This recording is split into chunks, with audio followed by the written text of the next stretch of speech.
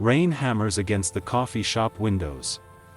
Mira Chen watches droplets race down the glass, anything to avoid looking at the man sliding into the booth across from her. Ethan Cross. Her sister's best friend. The one person who makes her skin prickle with something between irritation and electricity. Your sister said you needed help moving, he says, shaking water from his dark hair. Mira forces a smirk. I said I needed someone with a truck. She volunteered you. Nice to see you too. The barista calls out orders. Steam rises from espresso machines. Ethan's jacket drips onto the floor, and Mira notices the scar running along his jawline. New. Or maybe she just never looked closely before. So what happened to your face, she asks. Finally lose that fight with basic coordination? His eyes flicker. Something cold passes through them. Car accident. 3 months ago. The air shifts. Mira's chest tightens with regret she refuses to show. My daughter was in the back seat, he continues, voice flat. She's fine. I'm fine. We're all fine. Daughter. The word hits like a stone. Her sister never mentioned a daughter. I didn't know you had. Why would you? Ethan leans back.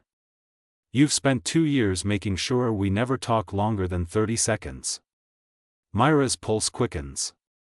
She opens her mouth to fire back, but his phone buzzes. He glances at the screen, and his entire face changes. Fear. Raw and immediate. I have to go. He stands abruptly. That's my ex. She has Lily this weekend, and she's threatening to take her somewhere I can't follow. Wait, what? But he's already gone, bell chiming as the door swings shut behind him. Mira sits alone, coffee growing cold in her hands. Through the rain-streaked window, she watches him sprint to his truck. For the first time in 2 years, she realizes she knows absolutely nothing about Ethan Cross. And something inside her chest cracks open. The courthouse parking lot is almost empty. Mira spots Ethan's truck immediately. She shouldn't be here. This is none of her business. She parks anyway. Through the glass doors, she sees him sitting on a bench, head in his hands. A little girl with dark curls clutches a stuffed rabbit beside him. 6 years old, maybe 7. Mira walks in before she can change her mind. Ethan looks up. Surprise, then suspicion crosses his face.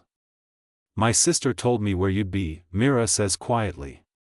So you came to watch me lose custody? Great. I came because I thought you might need someone. The little girl stares at Mira with enormous brown eyes. You're Auntie Sarah's sister, she says. Daddy says you're mean. Mira almost laughs. He's right.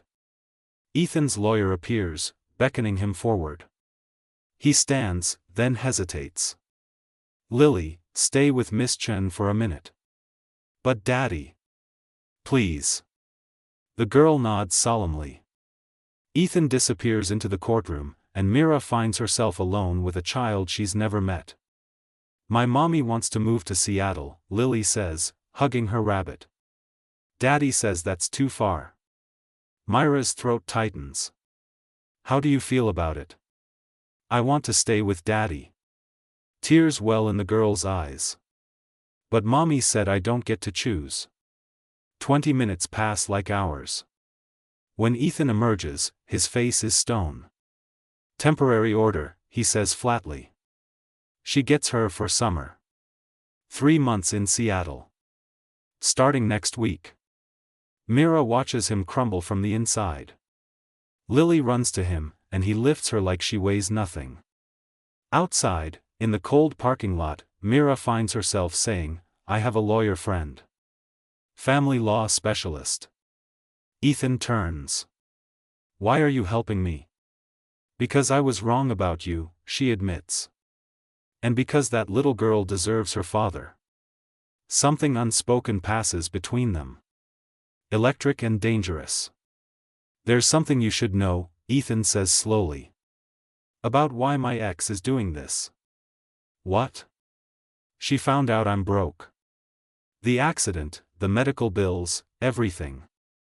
She thinks Lily would be better off with her new fiancé. A man with money. Mira's heart hammers. How broke? I'm losing my house next month. The confession hangs between them. Vulnerable. Real. Mira makes a decision that will change everything. Then you'll stay with me. Cardboard boxes fill Mira's living room. Ethan moves through her space like a ghost, careful not to touch anything, not to take up too much room. It's been 3 days. 3 days of thick silence and stolen glances. Midnight. Mira can't sleep. She finds Ethan on her balcony, cigarette burning between his fingers. You smoke? She asks. Only when I'm losing my mind. He doesn't look at her. Why did you offer this? Really? The city sprawls below them, 1,000 lights against velvet dark. Because someone did it for me once, Mira says. When I was 19 and pregnant and terrified. Ethan's head snaps toward her. You have a kid? Had. The word cuts. Miscarriage at 5 months. The father left the day I told him. I had nowhere to go. Mira. A stranger took me in. Let me stay 3 months until I got back on my feet. She grips the railing. I told myself if I ever had the chance to pay it forward, I would. Ethan steps closer. Too close. She can smell rain on his skin. I'm sorry, he whispers. Don't be. It made me who I am. Sharp-tongued and impossible. Survivor. His hand brushes hers on the railing. Neither of them moves away.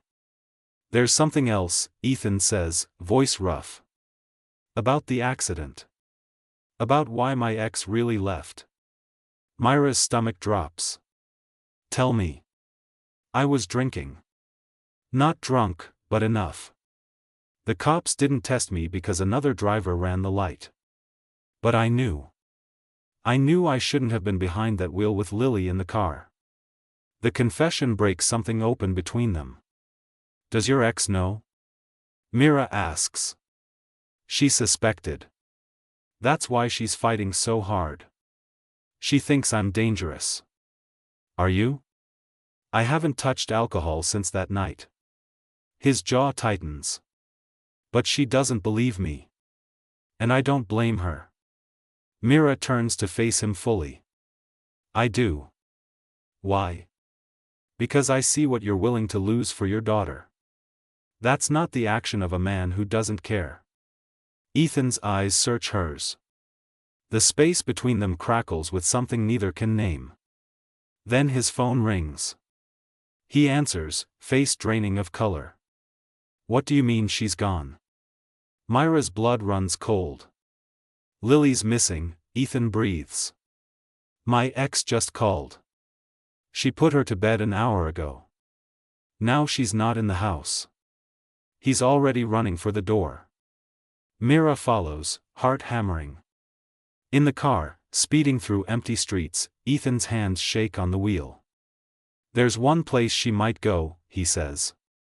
The park where we used to feed ducks. Before everything fell apart. They arrive to flashing red and blue lights. Police. His ex-wife screaming into a phone. And then Mira sees her. A small figure sitting on a bench by the pond, clutching a stuffed rabbit, completely alone. Lily is safe. That's all that matters in the moment. Ethan pulls her into his arms, her small body shaking with sobs. I wanted to say goodbye to the ducks, she whispers. Before Seattle. His ex-wife, Victoria, watches with cold fury. 2 days later, the real bomb drops. Mira answers her door to find Victoria standing there, designer heels clicking against the wood floor as she pushes inside uninvited. We need to talk about Ethan. Myra's defenses rise. What about him? Did he tell you why I really left him? Victoria's smile is sharp as glass. Did he tell you about the woman he was seeing while I was pregnant with Lily? The room tilts. You're lying. Am I? Victoria pulls out her phone, scrolling to a photo. A text message thread. Ethan's name at the top. Messages to another woman, dated 7 years ago. Explicit. Undeniable. He begged me to stay, Victoria continues. Swore it was over. I tried. God, I tried. But every time I looked at him, all I saw was betrayal. Myra's hands shake. Why are you telling me this? Because you're falling for him. I can see it. And I'm trying to save you from making my mistake. Victoria leaves. The door clicks shut. That night, Ethan finds Mira in the kitchen, staring at nothing. What's wrong? He asks. She turns. Victoria came by. His face goes white. What did she say? That you cheated on her. While she was pregnant. Silence. Heavy and damning. Is it true? Mira demands. Ethan's jaw works. Yes. The word shatters something between them. It was the worst thing I've ever done, he continues, voice breaking.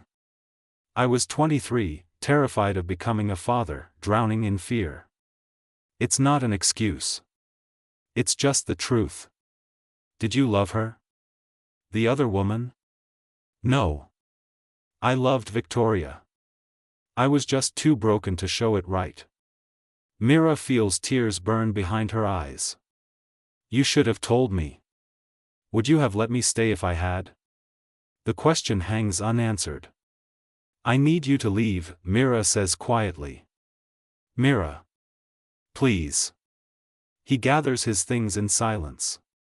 At the door, he turns back. I'm falling in love with you, Ethan says. I know I have no right to. I know I don't deserve it. But it's true. Then he's gone. Mira stands alone in her apartment, surrounded by the ghost of his presence. Her phone buzzes. A text from her sister. Victoria's lawyer just filed an emergency custody motion. They're using Lily running away as evidence Ethan's unfit. The hearing is tomorrow. He's going to lose her. Mira stares at the message. Then she makes a call that will cost her everything. The courtroom smells like old wood and broken dreams. Ethan sits alone at the defendant's table, no lawyer, no hope. Then the doors open.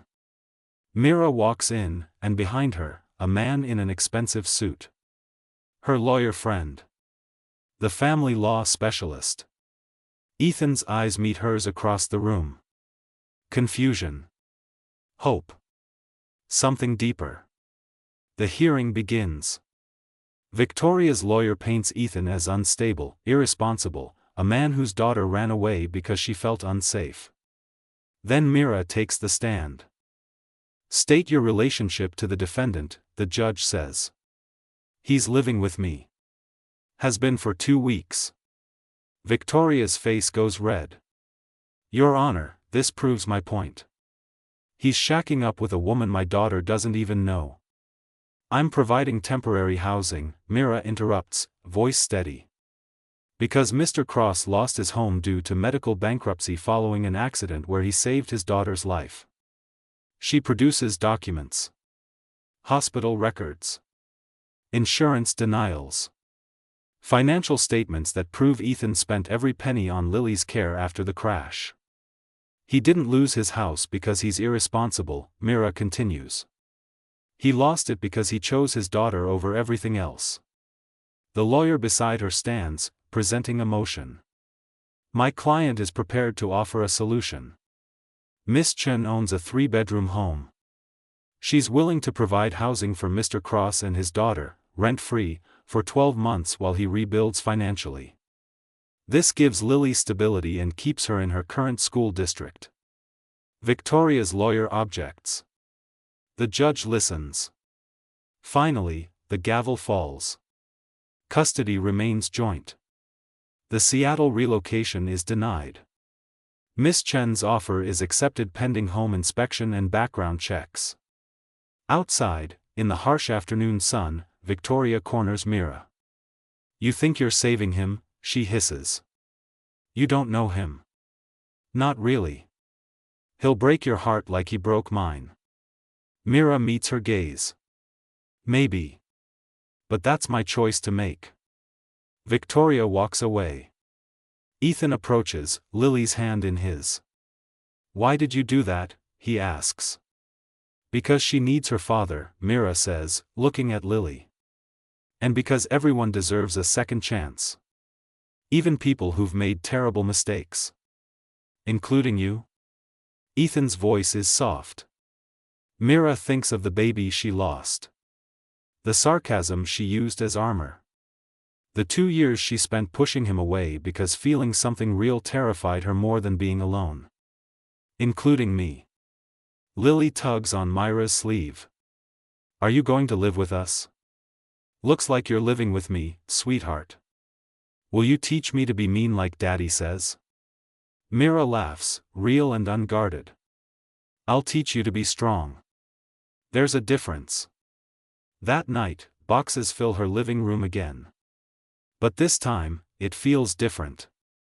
Like building something instead of hiding. Ethan finds her on the balcony, same spot as before. "I meant what I said," he tells her. "About falling in love with you." "I know." Mira turns to face him. "And I'm terrified." "Of me?" "Of this. Of wanting something I might lose." He steps closer. "We're both terrified. Both broken. Both trying to be better than who we were. Is that enough?" "I don't know. But I want to find out." The kiss is inevitable. Soft at first, then deeper. A promise and a question all at once. When they break apart, the city glitters below them, full of possibility and danger in equal measure. "This might not work," Mira whispers. "Probably won't," Ethan agrees. "We'll probably destroy each other." "Probably. So why does it feel like the first real thing I've ever done?" He smiles, and it reaches his eyes for the first time since she's known him. Because sometimes the scariest choice is the right one. Inside, Lily sleeps on the couch, rabbit clutched tight. Two broken people stand on a balcony, holding on to hope and each other. The future stretches ahead, uncertain and terrifying and absolutely worth fighting for. Some love stories are clean and simple. This isn't one of them.